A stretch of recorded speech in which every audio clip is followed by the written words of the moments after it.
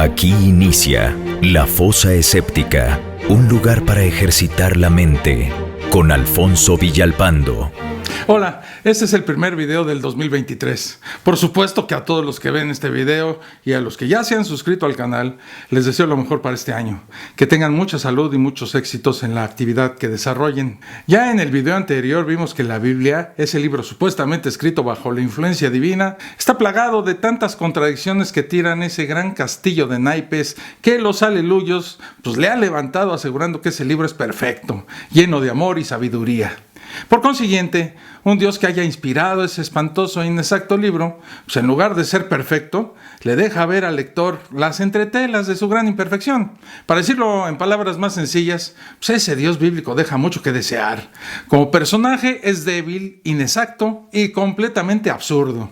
Y ya que andamos en eso del análisis bíblico, tema que me han sugerido ustedes en sus comentarios, pasemos a otro interesante y divertido aspecto de este libro, la crueldad de Dios en la Biblia. ¿Cómo un ser supuestamente lleno de amor puede comportarse con una crueldad tal que haría temblar a cualquier capo de la mafia? Eso es lo que vamos a ver hoy. Así que pónganse cómodos, pero antes de comenzar, les recuerdo suscribirse al canal y activar las notificaciones para que estén al tanto de los nuevos videos. En la descripción les dejo el enlace para que se integren a la comunidad atea que estamos construyendo en el grupo de Facebook y los enlaces para que, si así lo desean, apoyen al canal. Dicho lo anterior, a lo que vinimos.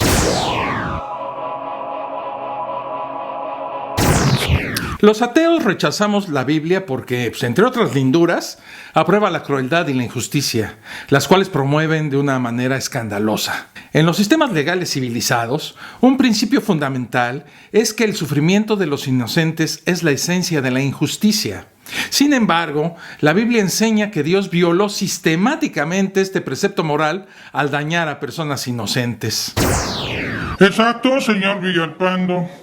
Y poniendo los puntos sobre las IES, al leer las páginas ensangrentadas de ese librito disque sagrado y lleno de amor, se me eriza la piel al imaginar la crueldad con la que actúa un Dios supuestamente amoroso. Y ejemplos, desgraciadamente, hay hasta para llevar. Ejemplos del comportamiento cruel e injusto por parte del Dios bíblico se ven en las doctrinas cristianas más básicas. ¿Quieren conocer algunos de los actos de Dios que dañaron a inocentes?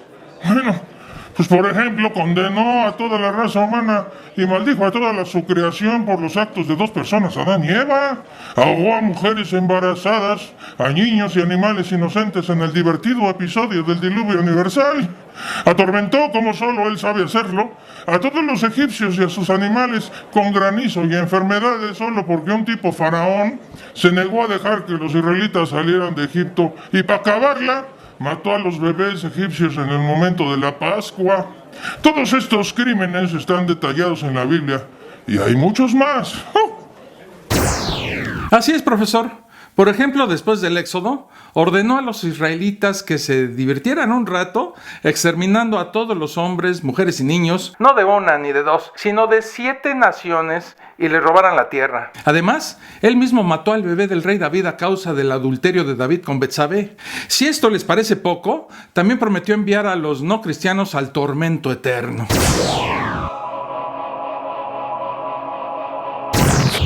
Además de la injusticia y la crueldad contenidas en muchas de las enseñanzas cristianas bien conocidas, la Biblia tiene otras historias violentas que se oponen a las normas civilizadas de la moralidad. Entre los pasajes bíblicos más impactantes se encuentran aquellos que presentan a Dios ordenando o aprobando el exterminio de multitudes de personas, incluidos niños y ancianos. Me parece cuanti más de inodoro e incoloro y sumamente insípido la superposición y sospecha que usted tiene en cuanto al amor amoroso y participativo de nuestro Señor Dios, creador del universo. Yo creo y afirmo, inclusive diluyo espontáneamente, que usted es así de impoluto porque su mamá no tomó suficiente ácido folclórico. De otra manera inexorable, no comprendo en toda su dimensión e inclusive postdata la involuntaria burla resolutiva ante mi Dios. Es usted un amorfo, un pretérito y un uniforme. ¿Más ejemplos de la crueldad del Dios de amor? Bueno, En el 1 de Samuel 15:3, el profeta Samuel le da al rey Saúl este mandamiento del Señor. Ve ahora y hiere a Amalec y destruye por completo todo lo que tienen y no los perdones. Pero matad tanto al hombre como a la mujer, al niño y al niño de pecho, al buey y al cordero, al camello y al asno. Por si esto todavía no consigue que les parezca todo menos un Dios lleno de bondad, les tengo una historia desgarradora. En el capítulo 31 de Números, el Señor Dios aprueba estas instrucciones que Moisés dio a los soldados israelitas acerca de cómo tratar a ciertas mujeres y niños capturados en la guerra. Matad pues ahora a todo varón entre los niños y a toda mujer que haya conocido varón. Pero a todas las niñas que no han conocido a un hombre acostándose con él, manténganlas vivas para ustedes. Así es, señoras y señores. Así Dios comenzó con la desgraciada historia del abuso infantil. Estos versículos exponen que el Dios bíblico tiene la moral de un vulgar delincuente y además es un psicópata. Este individuo, y cuando digo individuo me refiero al Dios bíblico, ha mostrado sus tendencias sádicas empleando una gran variedad, la verdad insólita, de infinidad de medios para atormentar y matar a la gente. Nada más les digo que si leen la Biblia encontrarán que ese Dios lleno de amor hizo que la tierra se abriera y se tragara a familias enteras. Usó fuego para devorar a la gente y castigó a los israelitas con guerras, hambruna y pestilencias. Envió animales salvajes como osos, leones y serpientes para atacar a la gente. Sancionó la esclavitud, ordenó la persecución religiosa y ya en los límites de la imprudencia y la salvajada provocó el canibalismo. Y no solo lo hizo él, sino que también de forma perversa lo dejó escrito en un libro que ahora adoran y veneran millones de irracionales. Sí.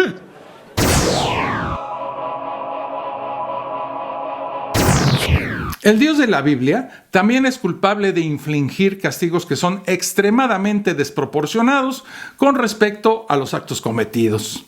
En cualquier sistema legal de cualquier país, este comportamiento viola las leyes que prohíben los castigos crueles o inusuales.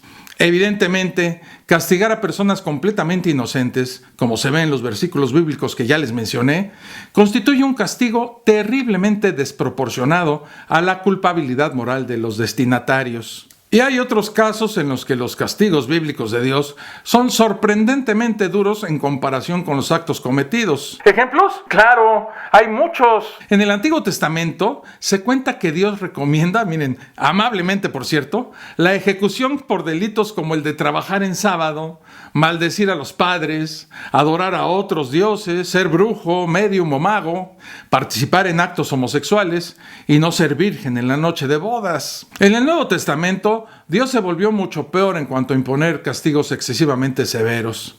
Sería muy difícil imaginar algo más cruel y desproporcionado que castigar a las personas con la tortura eterna solo por no creer que Jesús es el Hijo de Dios. La incapacidad de creer esa proposición no daña a nadie, y algunos de los más grandes benefactores de la humanidad pues no la han creído.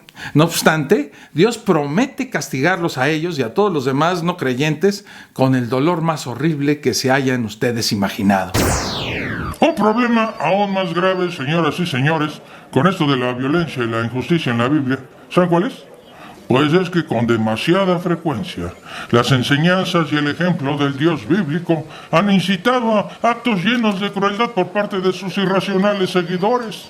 Muchos de ellos, usando sus 4 neuronas disponibles, razonaron que ya que Dios, que es considerado por ellos como justo y amoroso, cometió y aprobó los actos más brutales, pues entonces los buenos cristianos no deben tener mucha pena por comportarse de la misma manera. Tal lógica, si es que esta mamarrachada se le puede llamar lógica, llevó al patriota estadounidense Thomas Paine a decir que la creencia en un Dios cruel hace al hombre cruel. El tratado de Joseph McCabe, que se llama La historia de la tortura, ilustra muy bien este proceso de razonamiento. McCabe informa que durante la Edad Media se usaba más la tortura en la Europa cristiana que en cualquier otra sociedad de la historia. La principal causa de esta crueldad fue la doctrina cristiana del castigo eterno. En su libro McCabe lo explica, Si Dios castiga a los hombres con tormentos eternos, seguramente es lícito que los hombres usen grandes dosis de crueldad en una causa.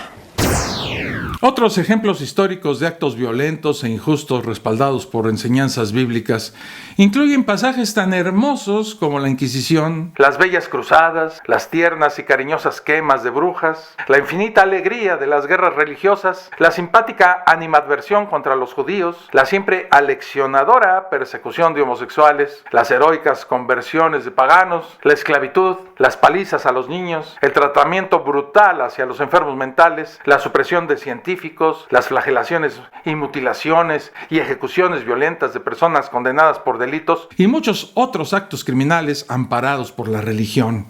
Esos actos fueron una parte regular del mundo religioso durante siglos.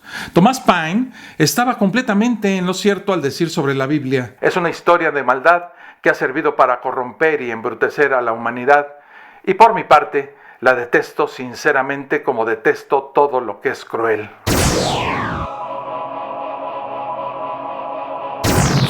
Como resultado de la observación y la experiencia humana, un principio fundamental de la ciencia es que las leyes de la naturaleza no cambian, no pueden violarse, y han actuado de manera uniforme a lo largo del tiempo. Según el paleontólogo Stephen J. Gould, esta uniformidad o constancia de las leyes naturales es el supuesto metodológico que hace practicable la ciencia. De hecho, sin la suposición de que el mundo físico opera de acuerdo con leyes naturales inmutables, no tendría sentido estudiar el mundo, realizar experimentos o aprender de la experiencia. En un mundo que no opera bajo las leyes naturales invariables, esos actos serían inútiles porque el conocimiento de eventos pasados no proporcionaría una guía sobre lo que sucederá en situaciones similares en el futuro. Siempre existiría la posibilidad de que intervinieran fuerzas sobrenaturales para alterar los resultados de lo que de otro modo se esperaría que ocurriera según la experiencia pasada. ¡Míralo! Es de que te estás pasando de verdura, papá. Si algo nos ha enseñado esto de las enseñanzas de Jesús y Dios, inclusive sus apóstoles, es que la ciencia nos indica una cosa, como diciendo esto, y la religión nos enseña otra cosa, como diciendo otra cosa. Por lo que la concientización inexorable y peyorativa se antepone de manera incólume, y es preferible decir Dios lo hizo, por qué lo hizo y para qué lo hizo, que andarse meciendo en las ramas de la supuesta ciencia perversa y demoníaca y sadomasoquistoide en términos antropométricos, aunque divisorios.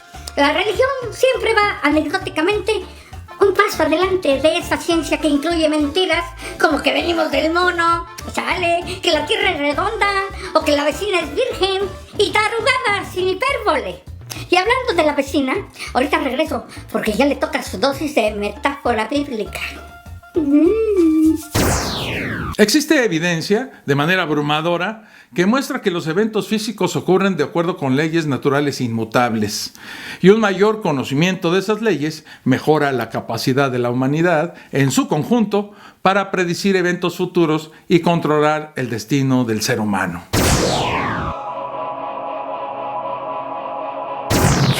Al afirmar, como hacen los religiosos, que los seres sobrenaturales intervienen en el mundo, la Biblia se opone al principio científico de las leyes naturales que operan de manera uniforme e invariable. Como resultado, la Biblia desalienta el enfoque científico de los problemas. Y para historias absurdas que desafían esas leyes naturales, la Biblia tiene un muestrario increíble de ellas. Tiene historias para todos los gustos, Desde una serpiente parlante, o un árbol que da un fruto que cuando se come da conocimiento del bien y del mal. Hay otro árbol cuyo fruto otorga la inmortalidad, una voz que proviene de un arbusto ardiente, un simpático burro que habla, algunas varas que se convierten en serpientes, o agua que se transforma en sangre o en vino, o también agua que sale espontáneamente de una roca, un hombre muerto que revive cuando su cadáver tocó los huesos de un profeta, y otras muchas personas resucitando de entre los muertos, incluyendo, por supuesto, la resurrección del protagonista del libro, que desafiando todas las leyes naturales, se eleva para desaparecer en la inmensidad del espacio. Y podría seguir y seguir, ejemplos sobran. Pero no hemos terminado aún. Existe el relato bíblico del sol detenido, la división de un mar, hierro que flota, la sombra del sol retrocediendo 10 grados, una bruja que trae el fantasma de Samuel de entre los muertos, dedos incorpóreos escribiendo en una pared, un hombre que vive 3 días y 3 noches en el vientre de un pez, una virgen fecundada por Dios, un estanque de agua que puede curar las dolencias de los que se sumergen en él, ángeles y demonios que influyen en los asuntos terrenales. Y ya no le sigo porque ya me cansé. Estos mitos bíblicos sustentan la creencia que ha sido sostenida por pueblos primitivos y analfabetos a lo largo de la historia, de que seres sobrenaturales intervienen frecuente y arbitrariamente en este mundo. Cuando se examinan a la luz de la experiencia y la razón, pues las afirmaciones de la Biblia acerca de los sucesos sobrenaturales no justifican la creencia. Nuestra experiencia es que el mundo natural opera de acuerdo con los principios de regularidad que nunca se violan. También sabemos por experiencia que muchas personas a menudo se equivocan o son deshonestas. Por lo tanto, es mucho más probable que los escritores de la Biblia se hayan equivocado o de plano que hayan mentido a que se violaran mágicamente las leyes de la naturaleza. Esta creencia en actos sobrenaturales es muy peligrosa para la sociedad y me explico. Debido a la creencia de que los seres sobrenaturales controlan el mundo, las personas a menudo han desviado sus energías al intentar resolver problemas. En lugar de estudiar el mundo para descubrir soluciones científicas a los problemas que enfrentan, realizan actividades religiosas en un esfuerzo por obtener la ayuda de seres sobrenaturales benévolos o frustrar la influencia de los espíritus diabólicos que ellos creen que provocan estos trágicos sucesos. Enfermedades, ¿no? Muerte. Esta mala dirección de la energía se ve, por ejemplo, en la historia de los intentos por prevenir el brote y la propagación de enfermedades en Europa. El historiador Andrew White relata que durante muchos siglos en la Edad Media, la inmundicia de las ciudades europeas provocó repetidamente grandes plagas que enviaron a millones a la tumba. Con base en las enseñanzas bíblicas, los teólogos cristianos de esos siglos pensaron que las plagas eran causadas, imagínense la idiotez, por la ira de Dios o la injerencia directa de Satanás. Y es que la Biblia le dio amplio apoyo para creer en estas estupideces a la gente. Ese libro contiene numerosos casos en los que el amoroso Dios castiga a la gente enviándole enfermedades, pestilencias y demás linduras. Nada más léanse el Éxodo o el libro de Números o Jeremías y se van a dar cuenta de que lo que digo es verdad. Y al describir los milagros de sanidad de Jesús, el Nuevo Testamento explica cómo los demonios le mandaron a la gente regalitos como la ceguera, el mutismo, la cojera, la epilepsia y la locura. Así pues, la gente que leía ese librito tenía bases para asegurar que los personajes sobrenaturales eran los causantes de eso y muchas enfermedades más. ¡Qué locura! Así es, profesor. Esas estúpidas enseñanzas bíblicas llevaron a los líderes de la iglesia primitiva a promover la idea de que la actividad demoníaca era la causa principal de las enfermedades. Por ejemplo, San Agustín, cuyas opiniones influyeron fuertemente en el pensamiento occidental durante más de 1000 años, dijo en el siglo IV esto, miren: todas las enfermedades de los cristianos deben atribuirse a estos demonios. Con la llegada de la Reforma Protestante en el siglo XVI, hubo pocos cambios en la actitud cristiana hacia las causas de la enfermedad. Martín Lutero, el fundador del protestantismo, atribuyó repetidamente sus propias enfermedades a los hechizos del diablo. También se aventó la simpática puntada de decir que Satanás produce todos los males que afligen a la humanidad porque él es el príncipe de la muerte. ¿No es para morirse de la risa? En verdad os digo, carnales, que su actitud filantrópica, aunque enigmática, es cuanto más absurda y arremetida. Las enfermedades, es decir, lo que nos enferma de manera enfermística, son producidas inclusive por el demonio en su forma más pueril, aunque catastrófica. ¿O no han oído de forma auditiva a alguien quejarse diciendo: ¡ay, traigo una gripe del demonio! ¿Eh? ¿O qué? ¿Van a desnegar las enseñanzas que enseñaba San Agustín? ¡No jalen! ¡Qué soberbia tan especulativa y repercutiva la de ustedes! Involúcrense cuantitativamente, aunque de manera escolástica, en las grandes enseñanzas bíblicas y no se ruboricen de manera enzimática en los recursos amorfos y obtusos de su amalgamada descreencia. Y ya los dejo, porque tengo que ir con la vecina. Hoy la voy a bautizar en un jacuzzi. Como resultado de creer en las causas sobrenaturales de las enfermedades, los teólogos enseñaron que las plagas podían evitarse o de plano detenerse buscando la ayuda sobrenatural. Y la forma de obtener esa ayuda de Dios, pensaban estos individuos, era realizar actos religiosos. Estos incluían, por supuesto, el arrepentirse de los pecados, participar en procesiones religiosas y asistir a los servicios de las iglesias, lo que a menudo solo aumentaba la propagación de las enfermedades.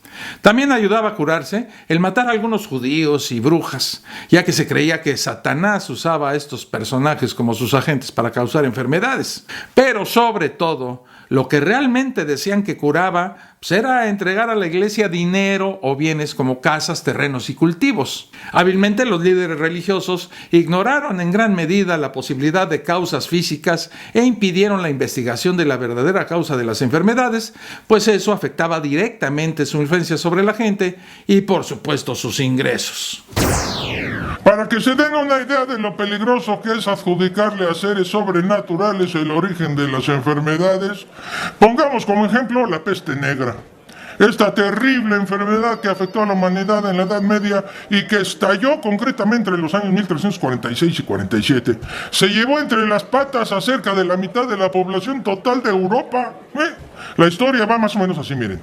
En esas épocas se consideraba a los gatos como animales del demonio, por lo que la gente, apoyada por los sacerdotes de la iglesia, los mataba sin piedad. Esto parecía perverso, mas no peligroso.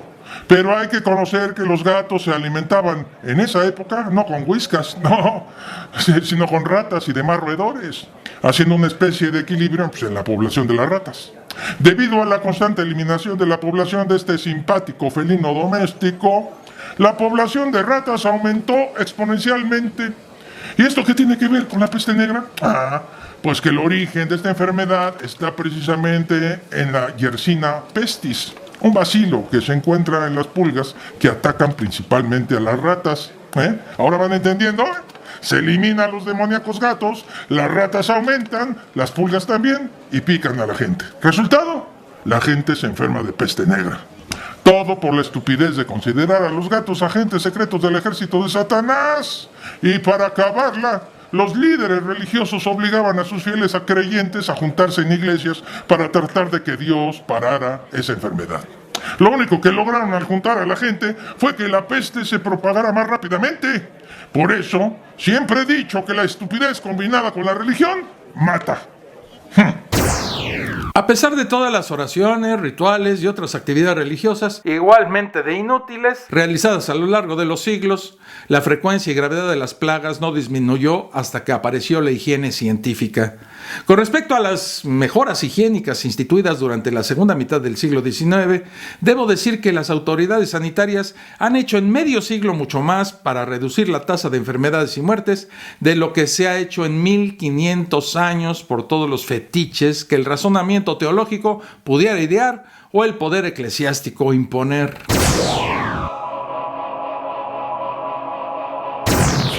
Los resultados superiores de usar la ciencia en lugar de la religión se pueden ver en muchos otros campos de la actividad humana.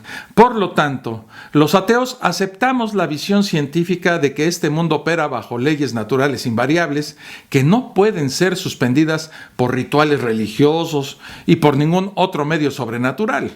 Los ateos estimamos mucho a quienes estudian este mundo y proporcionan una mejor comprensión de él.